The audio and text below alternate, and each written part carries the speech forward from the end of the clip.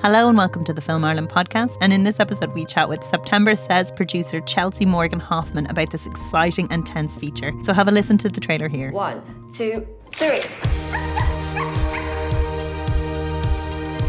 Weirdos. Don't worry, silly July. It'll be okay. That's the 4th time you've been sent home this year. Why did you learn to be like that? She's the person I've always wanted to be.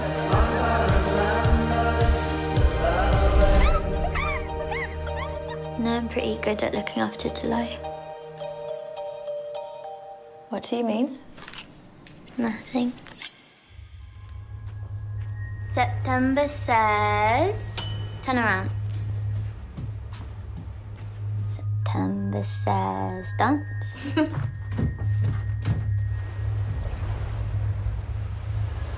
September says... You have to last as long as possible without laughing.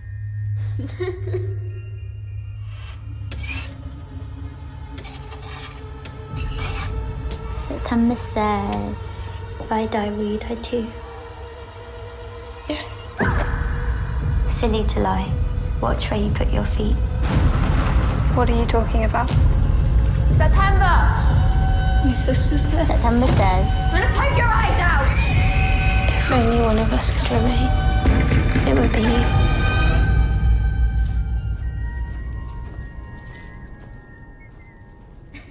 Thank you so much for chatting with us. Thank you for having me. Before we get into the nitty gritty of this film, I'd love to talk about your journey and your journey in development and producing and how it came from a very different angle in the beginning, which is very interesting. It is a sort of different angle, although I suppose that as I get older and I hear more people's stories, there are so many different tracks into this profession that maybe they're all very special in their own way. But for me, I started out in undergrad studying acting. Musical theater, in fact, was sort of where my passion was. And while I was in undergrad, I was part of a program that encouraged you to learn all aspects of working in the theater, which is very practical because, it sets you up for getting a job. And while doing that, I sort of lost the bug for acting, and I really became interested in stage management and dramaturgy, and also sound design as a sort of creative outlet. So those became my focuses. That was interesting because I'd like to even why that is the case is interesting because I mean, they're all kind of different methods for assisting the storytelling process, but I'd be curious to what was the thing? Was it like, okay, like it's so tough or Yeah, or it was different? probably a combination of things, to be honest. I mean, it is really so hard being an actor. And I think, especially when you're in a place like New York and you're working one job and auditioning in the evenings, and I didn't quite think I had the stamina, to be really, really honest. But I also found myself, whenever I was acting in something, I was always sort of creeping in to find out what the designers were doing, what the bigger picture was. And I'm a pretty organized person and I'm a pretty calm person. So that lended itself to stage management. And I love research and I love storytelling and I love diving into why did they reference this line of this poem in this play. And so the dramaturgy was really satisfy the nerd in me, I guess. And so all of that, I started to realize, I actually think I enjoy all of these things more than acting. Even though I did enjoy the actual acting, I didn't know if I'd enjoy the profession of acting. Yes, that is a tough one. And I suppose with dramaturgy, especially you're molding it, you're shaping the like this the crux of what a story is and the engine behind it and the themes that push it forward. Yeah, and I think the other thing it taught me in particular was a dramaturg will mean a different thing for a different director. Sometimes it really is your right-hand person who's there through all of the creative decisions. Sometimes it really is research-based. And I think that is a skill that has carried me really well through working with writers and directors now, because I can sort of move into whatever space they need me to. And then talk to me about then coming over here. So it feels like you were drawn in these paths, that they weren't like, it wasn't like this thing where you're like, I want to get this. It was like it feels like you're going in a direction and then you get a pull towards something else. So coming over here and doing your master's and then how it progressed from that. Yeah, I think that's a really good way of putting it. And I think that is sometimes frustrating when I'm talking to particularly American people who want to come over and work in the industry. And I sort of say, I just sort of, I was pulled into various things, as you said. I was over in Dublin for a study abroad year when I was an undergrad. And I just really liked the city. And that's where I had my first ever film class, which was taught by Susanna Bach. And I had to take that because I needed, there were only so many classes that they offered, and I needed credits, and I wanted to stay in Ireland an extra semester. And I loved it. And we studied Adam and Paul. And that's where I first met Lenny Abrahamson, because he came into the class to talk about Adam and Paul. And I started to see an affinity between the Irish theater that I really loved and this sort of wave of Irish cinema, which, this would have been like 2007, 2008. So we'd sort of just come from a big push in the 90s and the early 2000s. And there's exciting things happening. So then when I came to do my master's, originally I would have thought I'd come to do a master's in theater, but I did one that was theater, film, and music. So I had, again, this sort of slightly more expansive scope in what I was studying. And it was just a matter of timing. When that program ended, I had a year on my visa to find a job. Element Pictures was advertising for a PA at that point for Ed Guiney and Andrew Lowe, who are the founders. And I applied because I had been a personal assistant in New York, so I knew what that entailed, and my stage management skills also fed into that. But also, it was a creative industry, which is what I knew I wanted to be in. But I didn't know anything about film, really, apart from some theory about Irish film in particular. That was convenient. And as well, like just actually comparing the two worlds then when you stepped into them, I presume, say off Broadway and off Broadway, like it is much more like a machine. Do you know, like it is about ticket sales and audience interactions and getting people in, and is competitive and fast paced, rather than sort of what we know as theater here probably wouldn't have that ring to it. Although it probably is, do you know, like, but it doesn't have that kind of. Yeah, I suppose I mean, this was also, I think theater and off-Broadway theater and sort of indie theater in New York has changed a lot in the 15 years from what I'm told by my friends and colleagues from way back then. But I mean, at the time, it was very much, it was scrappy. This theater has a break for 3 weeks between productions, and we've got a good rate so we can go in and pull something together. It wasn't, I'm sure at some level someone was thinking about butts on seats and ticket sales, but it wasn't me. You were thinking about the creative draw of the project and what it is. And I'm just interesting to sort of like like not the politics, but almost like the energy of those two spaces, and if there is a difference. So like from that sort of more development and background perspective, in terms of how much of it is like the practical business element, and then how much of it is like, okay, we're putting together a creative vision for each thing, Mm. because I just think they're just, there's so many similarities, but they're so different at the same time. The truth is that working in film and TV, and at the level that we're working in at Element and most production companies, there is the two have to be quite married. You have to be able to find a story that will reach audiences. But I think what we also would always be looking for is films that will challenge audiences. And I don't mean that to say that it must be difficult to watch or harrowing. Challenge doesn't necessarily mean that. It might just challenge you in what you think is funny, or what you thought was funny. And I think that finding that sort of bullseye between something that feels really creatively uh, desirable and present, and the world needs it right now, and also something that will draw people into the cinema. It's a hard bullseye to catch. We don't always get it, but when you do get it, it feels incredibly satisfying. You know, those things that do get it, like as someone who kind of, I think, really gets to the crux of story and storytelling, and that's like in both areas. What is the, like that X factor? Mm. Like, when you can kind of spot it. And then like I think also with things like production, like what you're aiming for isn't always exactly what you get. Like so much depends on how things unfurl. but the things that really make it, like, and that really resonate with people on that such a deep level, do you see a common thread in that, or like, what would you prescribe that as being? I think it always comes down to what the central question that the story is asking. And is it asking a new question that we haven't really considered properly, or is it asking a question that we're familiar with, but asking us to consider it in a different way? And I think to me, like when you really boil it down to all of the things that I'm working across, that's probably the common thread is what is this putting out in the world right now? Why do I think we need it? Why is it a valuable part of the conversation? Because there's a lot of noise out there and a lot of content. And I don't think that all content needs to be worthy. I don't think that all, I very much think there's space for everyone. But I think in terms of house style, I guess that's what it comes down to is it a good story, well told? And what is it making us think about?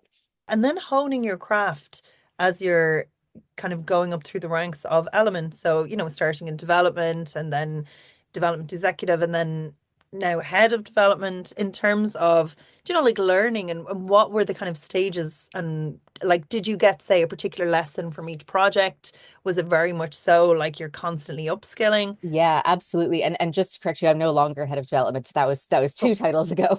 oh, okay. Sorry. When I was No, Googling, but I thought, it's a good thing to talk about. So yes, I started out as a PA to Ed and Andrew, and for those who don't know, I'm sure a lot of people do. Element, um, you know, had production and also at that point distribution wing and the cinemas, and now the distribution Volta and the cinemas, the Lighthouse Cinemas are technically separate businesses, but at the time they were all under one roof. So when I was coming in from my grad school theory and theater school, it was an incredibly valuable learning ground for me because I was learning about film in all aspects of it. The Lighthouse had just opened when I joined, so I was in those meetings every week about the programming, about the events. I was taking notes in distribution meetings, so I'd hear about how a film was being brought out into the world, and of course, I was also privy to the production and the development. And the development just felt like to me what was closest to that sort of dramaturgical pull that I had had early on. And also knowing within myself, and this was even as part of the PA role, is I recognize that I like being in a supportive role. I like supporting people and helping people do their best work. And I think that the development track and through to being a producer now, that is very much something that I still get to do and that I still really value.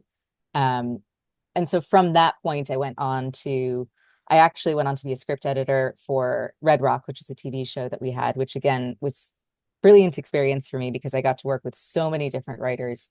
And it was very low budget and very fast paced. We had to churn out so many shows, and it was incredible production experience as well because the theory and the dreaming things up are all fine, but when you've got suddenly, you know, 5 minutes left in the day and you've got this scene that you've got to shrink down, you need the practical, just do this and this, do it from this angle, whatever you can do to get it done. So that as an early experience for me was really useful in then helping me move up um through the other spots. I was a development executive, an acting head of development for what was then Blinder Films for a period, came back to Element in 2017 as a development executive then, where I was again supporting other producers on projects, but working really directly with writers as well.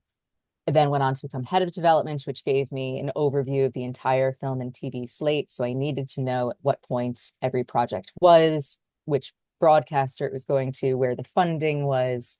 And so that gave me a little bit more of the business angle, I suppose. And then I went on to script edit again to work on Normal People as a production, which was a production that came together very quickly. And because I had been working so closely with Emma Norton and Lenny Abrahamson and Ed Guiney and Sally Rooney on that, it made sense that I just kept going with the flow of it rather than trying to bring someone else in. And then on the other side of that was started to take on projects of my own in my own slate and manage them. And then we had conversations with friends, which again, I was story producer on. So I moved up again. I was managing some script editors there and kind of trying to hold all of the story elements that we were trying to build together. And then coming out of that, again, it was a real focus on the projects on my own slate, which included September Says. Perfect segue to get into. Yeah, so tell me about when the script first came across your desk and what your kind of feelings were, and then how that relationship built.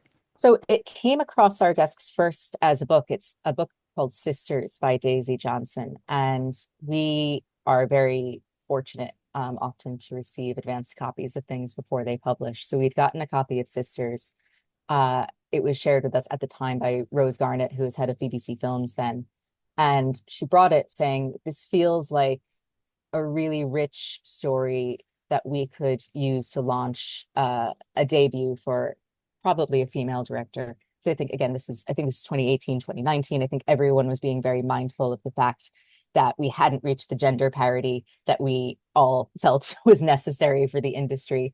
So this to us felt like a contained story, a contained space, but that offered a lot in terms of what they might want to do with the style, with the intrigue of the story, etc. So we had that book. I was working with a colleague, Matt Power, at the time, and our executive at BBC was Claudia Youssef.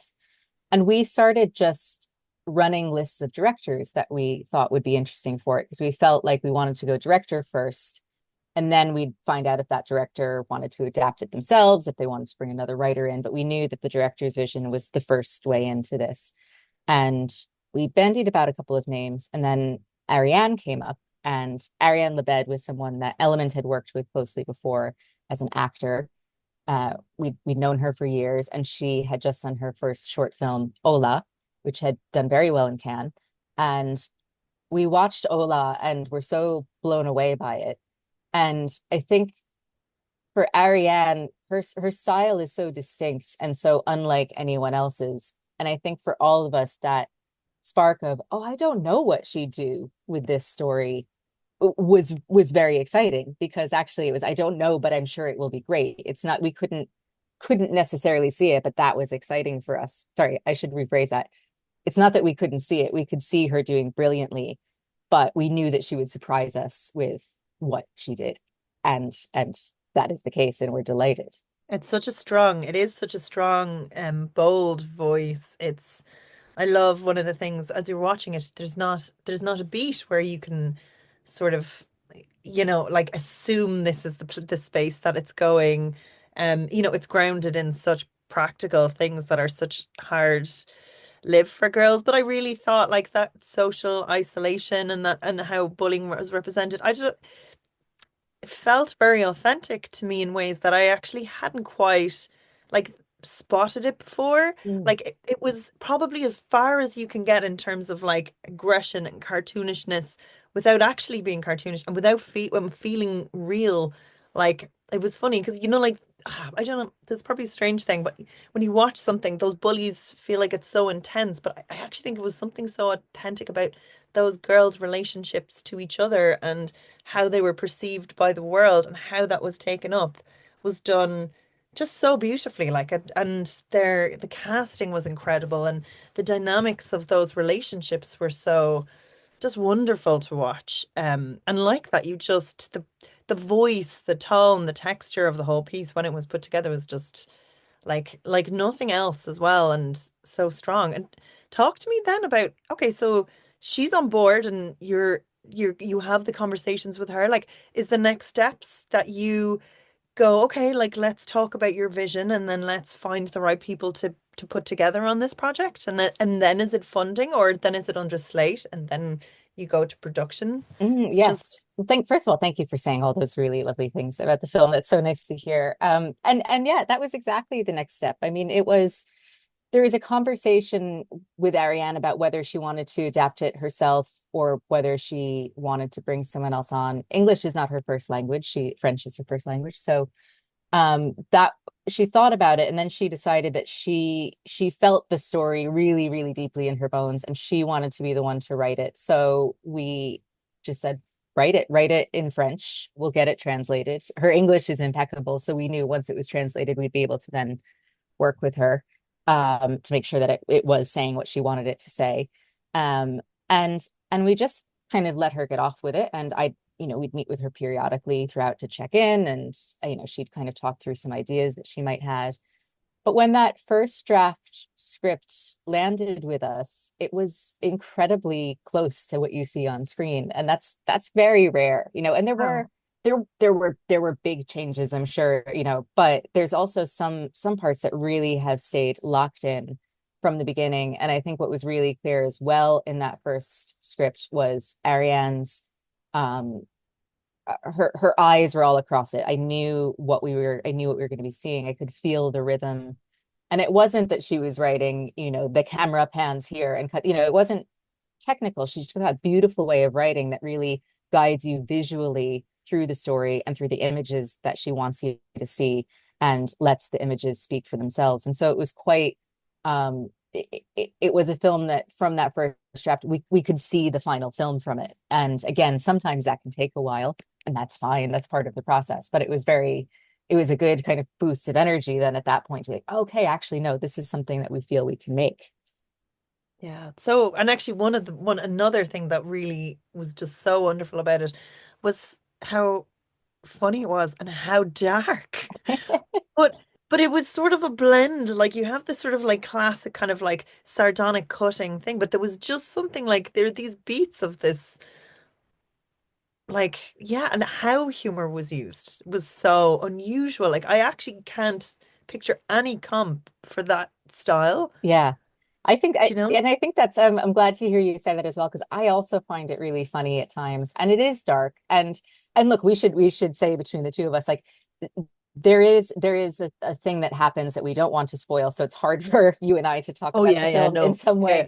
way. So just so that people don't think that we're being cagey on purpose. But what I do think is that there are these incredibly dark elements of the film, and certainly my experience in life, and I've talked to Ariane about this, and I think it's hers too, is that the darker moments of my life have always been joined up by some of the funniest moments. And I think that one allows the other. I think that when you allow yourself to really laugh, you're disarmed. And then so that emotional beat can come and hit you really hard. And likewise, when you're feeling quite raw from something that happens on screen that feels quite dark, the laughter becomes a release for you. Then it sort of becomes a way for you to shake off that feeling. Laughing and crying are very close together. I'm not the first person to say that, but I think this film really finds that knife's edge between them. Definitely. And actually the thing that's so unusual about how it uses humor and is that it uses physical comedy Mm, in as the dark humor. And I was like, that's something that I actually haven't because, like it might be a turn of phrase or, something said in that kind of like dark way, but it uses that kind of like elements of yeah, like physical comedy, like the mum gets up and she's no pants on, or yeah, like the girls are kind of like even that like visual language, like they'll be having an argument, it'll be really sad and really dark, and then there's almost like a punchline of they'll cut to that etched out window, and the beats are told in that way, and it was like it's something so distinctive. I hadn't seen it before, and it'd be so interesting now to follow her career going forward and yeah. see what else, because this is just one story, but like yeah, I'm hooked You're hooked. Oh, 100%. I'm glad to hear it. And we talked a lot about my background, but Ariane comes from a theater background too, and from a dance background. And I think that you can really sense that in the film, as you say, the way that she trusts the actors with their Yes. movement, and trusts the story to be told in those pictures. Again, I think that she is someone who really truly values cinema as an art form, and that is about the moving image ultimately. And so I think that she tries to find ways to really honor the form with the content in what she does. And even playing with the perspective, how we Mm. go into someone's internal dialogue just so briefly, and that there's moments of magic realism. Like it's bold. I think they're just really strong choices, and I was just I was very enamored with it. Oh, I'm glad Um, to hear it. so you're saying actually that the script arrived almost there, and it was tweaking it and finessing it rather than shifting big bold sections of It it, which was. is I mean, so and again, there's probably like a few, two or three big sections that we worked through more, And part of that too was part of the edits that came down the line was when we got our wonderful cast, and we had great casting directors in Isabella Adolphin and Emma Gunnery. But Mia Daria is someone that I had actually just been working with the summer before on another project, The Listeners, a television show. And I remember Ariane found Mia quite early on because we'd done the casting fairly early on so she could get the voices in their heads. And so Mia was signed up for Sisters, September Says, which was originally called Sisters. And then we were going through auditions for The Listeners, and her name came up, and I went, I bet they're going to go for Mia because she's really good. And they did. And it actually ended up being great because Mia and I got to spend the summer on one project together and the autumn on September Says, and they could not be different, more different parts. But I think the combination of Mia and then Pascal Khan, who's really, really brilliant as September, um, also made Ariane hear their voices in a way. And they were part of some of the rewrites as well, just in terms of, there are moments of, certain violences that happen to these characters. And I think they wanted to all make sure that they were entering into something that felt uh like a safe space that was still telling the story, which they did. But I think, and then of course there's the inevitable edits that happen because we were a low budget film shooting in Ireland and some things have to be pulled in. But honestly managed to, I think, make a lot of what we wanted to happen. And most importantly, probably to that end, was shooting on film. So we shot on 16 millimeter for the first half and 35 millimeter for the second half. And Ariane and her DOP Balthasar Lab, who's wonderful, um, really fought for that, but they fought for it in such a considered way in terms of how they planned their shot list. They were so organized, and they made a good point about why it needed to be shot on film. And so it was easier to support it because we knew that the work had been put in and we knew how important it was, and that meant other things maybe had to be tightened up. But in the end, I think it's definitely worth it because I think it looks beautiful. It's incredible. It's so glorious. And like that, like you've these kind of familiar small locations, a school, a kind of like a rundown holiday home, and I like that they feel inside just so warm and strong and bold, and the lighting, even like like coming from under the floor in the mother's room, like it's so bold and gorgeous and really kind of helps tell the story. In terms of, okay, raising money, so I know this has always in your mind been a vehicle for a first time female filmmaker, but was that a bit difficult? I mean, okay, so if it's through Element and you already have the distribution end, is it easier? But like then you can kind of go in and go, look, we have this proven track record and we're vouching for this, or do you still find it a little bit harder sometimes? I think every film faces its own challenges, and that's within the elements thing. Like you know, a Lenny Abrahamson film might mean one thing, an Ariane Labed feature debut might mean another. And it wasn't, I think when we were pulling the funding together for this, we had a few different options in mind. We thought there was one way where we could shoot in the UK, and there was another way where we could shoot in Ireland and avail of the tax credit. And we ultimately decided to shoot in Ireland. We wanted some UK money, so we had BFI Global come in, and that was through the help of our co-production company, our co-producer, Crybaby Films. I think what was a little bit of a hiccup for us, honestly, is that we were looking at various European regional funding, and we were going down the French route because Ariane is French, and ultimately the film wasn't receiving French money in the way that we'd hoped it would. Um and that's like, look, every country is different. I don't know what they was on what was on their list of what they needed to allocate their money to. Certainly it opened in France a little bit earlier this week, and has been welcomed with open arms, and she's been doing many festivals there. So I think France has definitely embraced her as a filmmaker now. But we did lose some time in terms of when we thought we'd shoot because we were chasing that money, which didn't come through. But then we found our partners at Match Factory, and Match Factory based in Germany.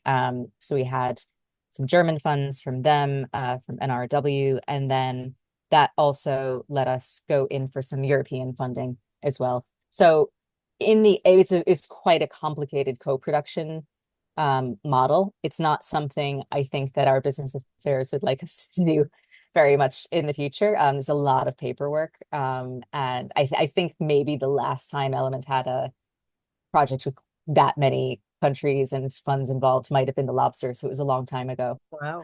Um, but we managed to pull it together and make it work. So it wasn't it it was a little stop and start for a while, but eventually we had a figure that we could sort of back our way into. And that's when we got to finally just nail down and make some decisions and get going. And get into production. So then into production, in terms of casting, you were saying like, like that really even involved the development process a little bit further. Um, like how early into finding these brilliant young women and pairing them, and like what is the process there in terms of like finding people that work together? Is it tough? Is it, like their dynamic is so key to the entire thing, and their chemistry is so important, and how they look and their similarities and how they move together. Like there's such an in syncness to them. Like I can imagine finding that in someone so young is hard. I think it is, but again, like we had this is where, the casting directors are so brilliant. And for casting July and September, it was Isabel Adolphin in the UK. And she pulled together just groups of young women around that age. And she and Ariane ran a few days together where they'd pair different different young women up together and see how they responded to each other. And I think in Pascal's case, she approached the character of September quite differently than a lot of the other actors had. I think that there is an interpretation of September because she's the more alpha of the two, that can always present in pure aggression. And I think Pascal has this incredible voice, first of all, that really sneaks up on you and is so sweet. But when you hear what she's saying in that sweet tone, it can sort of make you startle. And I think she approached September with an air of danger almost that we weren't seeing, because the aggression was slipped in under the guise of other behavior. And I think she and Mia just got along so well. And when they were paired together on their tape, it was very clear that there was magic there. And then again, in retrospect, you wish that we had gotten going straight away, but we did probably have about, I'd say, a year and a half, possibly bumping up on 2 years from when they first met and when we actually shot. But Wow. that meant that they were able to develop a bit of a relationship. Now, they weren't best friends, but they would meet up with Ariane periodically across that time. And so by the time we got to set, the getting to know each other phase had sort of happened, and they could just jump into it together. And in terms of like planning that, you were saying like so much of the visual elements were kind of decided in advance. Like are some of them even locked down ahead of getting funding, and like the final sort of drawdown things, like is that sort of plan of the visual feel, or is that something again that like is there flexibility to to structure things or freedom on the day, or is everything so constructed in terms of like the like lighting design and storyboards and things? I don't think it wouldn't have been a film. I don't think that they storyboarded it. I think that they did a very specific shot list of what they needed for each scene, but they also were incredibly, and by they I mean Ariane and Balthazar and the camera team, but also the whole crew, like everyone, were very agile on the day. It was, if all of a sudden, there was the sun was setting and doing something brilliant, there was a movement to try to catch that. And we were in a very small space when we were in the settle house, which is the last half of the film. That was our first half of filming. We shot the last half of the film, but it meant that everyone was in quite an enclosed space. So everyone got to know each other. There was agility, but there's only so much you can do in that space. But it meant that everyone sort of knew the choreography of how each other moved, so that then when we got out and to do our locations where we had to fire them through quite quickly, there was a shorthand that had been established in those first 2.5 weeks. post-production then, and in terms of editing and pacing. So when you see the script and everything has come together so well, and like that first rough cut, because Mm. there's so many kind of character beats, and there's actually such a kind of complex interwoven like series of episodes and the psychology of the girls. Did that change much from that rough cut? Like, was that sort of hard to find as you're finessing it? Oh, I'm really kind of searching through the cobwebs of my brain to remember that cut because there are so many. I think fundamentally quite a lot stayed the same in terms of the shape, but there were some big things that were cut out. And I think the reason that they were cut out again goes back to just realizing how well Ariane and the actors had captured a feeling in one moment or one scene, where in the script it sort of felt like, "Ooh, we might need a couple of scenes to make sure this is clear." Actually, it was really clear in one beat, and so you want to then move the story on, so you cut out those repeat beats, or you find the one that of the three, if you feel like, oh, maybe these are all sort of doing the same thing, you find the one that's the most effective and fits in. And we also did do a short not reshoot, pickup shoot for this as well, where we added a little scene that wasn't originally in the script, but in the cut we felt that we were missing a moment in September's world and perspective towards the middle of the film. And so we gathered a small crew together, and Pascal came back over and we shot that across a weekend, about halfway through the edit. And in terms of your workflow as a producer, like, are you sitting in the edit space, or do you like to keep fresh eyes? I leave that totally up to the director. So in this case, Ariane wanted Lara Hickey, who is my producer on this as well as Ed Guiney and Andrew Lowe. She we sort of had like almost a staggered system, I guess, in that Ariane and Bettina Boller are who's our editor, they were in the room the whole time. We wouldn't be in with them. But then Lara and I would come in for sort of in between cut, and then we'd give some notes and thoughts, and we'd say, well, can we go back and look at this take? We'd spend a little bit of time in there, and then they do another pass, and then we'd bring Ed and Andrew in as sort of fresher eyes again. And then you'd also bring in, our partners at Match Factory and BBC at some stages as well. So you sort of have these like, the people who are really in the weeds, and then the people who are kind of waist length in the weeds, and then the people who can have a bit of a bird's eye view of it as well. Oh, brilliant. And then in terms of like, when did you kind of know it was ready? Like, is it a deadline? Is it like everybody agrees? Is it like all the notes have been applied by everybody? When's that final beat that you're like, this is done now? It's, you know what, it's for this film in particular, and I can't say this of every film, although I think to some extent there is, it was really dictated by the festival calendar. Yeah. We knew that this was a film that had a really good chance of being in Cannes. And we knew that Cannes really wanted to support Ariane as a director as well, after having had Ola. Um, and so that was in our mind. And it was very fine line for this one, because I think we did have to work very, very quickly at the end in order to make that deadline for submission. And there's no guarantee that we would have gotten in. Maybe if we hadn't, we would have gone back in and edited some more, but I don't think so. I think by that point we felt really, really strongly that it had found itself as a film.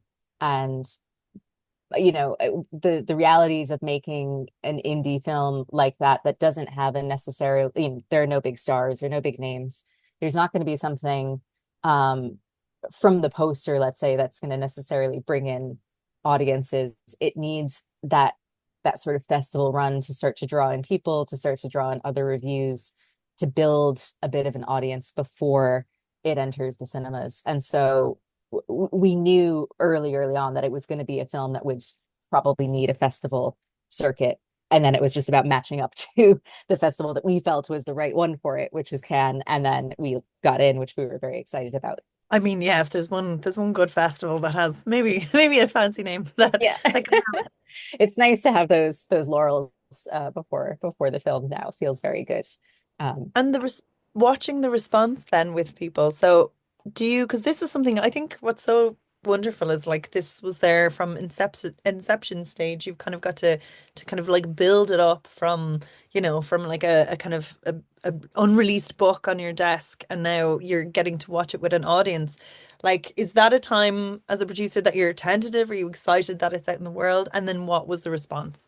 Yeah, it's very exciting to have it out in the world, and I think the audience at the premiere at Cannes were wonderful. They got it. They were laughing. They were jumping. They were, gagging at some points.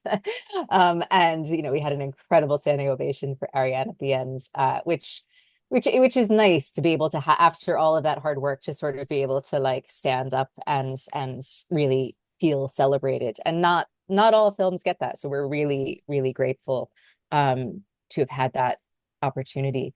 And and yeah, I think now what I'm very curious about is seeing how the non-festival audiences will react to the film, because I do think that there's something that feels so um you know I dare I say commercial a bit, but I do think that I think it can really, really surprise people. And I think it's the sort of film that you want to be talking about, I hope, and you'll want to have seen it in the cinema because it's it's so cinematic. As I said, Ariane reveres the form so much. And we also, I should mention, have the most incredible soundscape, which was done by Johnny Byrne, who won the Academy Award for Zone of Interest last year. And it's if you're in that space with the sound really coming through you, and I think even more importantly, in a communal space where you can watch it with some strangers and you can feel everyone jump at the same time, or you can feel, as I said, everyone gag or laugh at the same time. It I think really suits itself to that world. So I hope that everyone will go to the cinema and see it, and it will also, I should say as well, it's being released by Mubi, which we're really grateful to have them as partners for as well, because they've got great taste. So we feel honored to be part of their family for this. It's such a fresh perspective on family dramas, on bullying. It's on the complexities of unhealthy relationships, but that support as well, and what it's like to be a young woman, and how you feel so alien in your own body. I just think it just captures those things, but just through a way that is so unique and so interesting, and like if textural, like it's you again, it's so fresh, and it's beautiful. Like, it's just truly a beautiful film, so 100% Thank you. one to definitely catch on the big screen. I do have one specific question, Go on. because I did this.